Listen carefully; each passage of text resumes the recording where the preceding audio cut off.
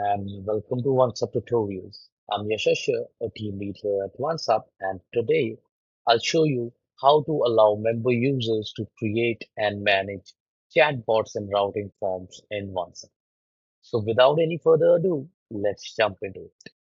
Firstly, please make sure you are an administrator or an account owner on the OnceHub account, because only users on these roles would be able to tweak these settings.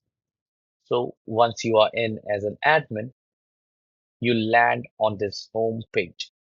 From the home page, click on the gear icon on the top right and select Settings and Permissions.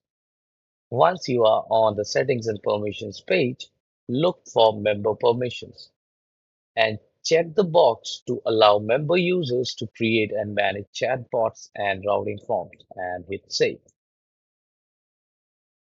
Once permissions are set, members will see the chatbot and the routing form option so that they can build their chatbots or routing form from scratch, or they can use one of our preloaded custom templates. And that's it. With these settings, your team can manage their own chatbots and routing forms without any admin bottlenecks.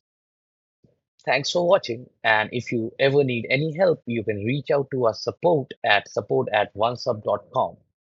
Happy scheduling.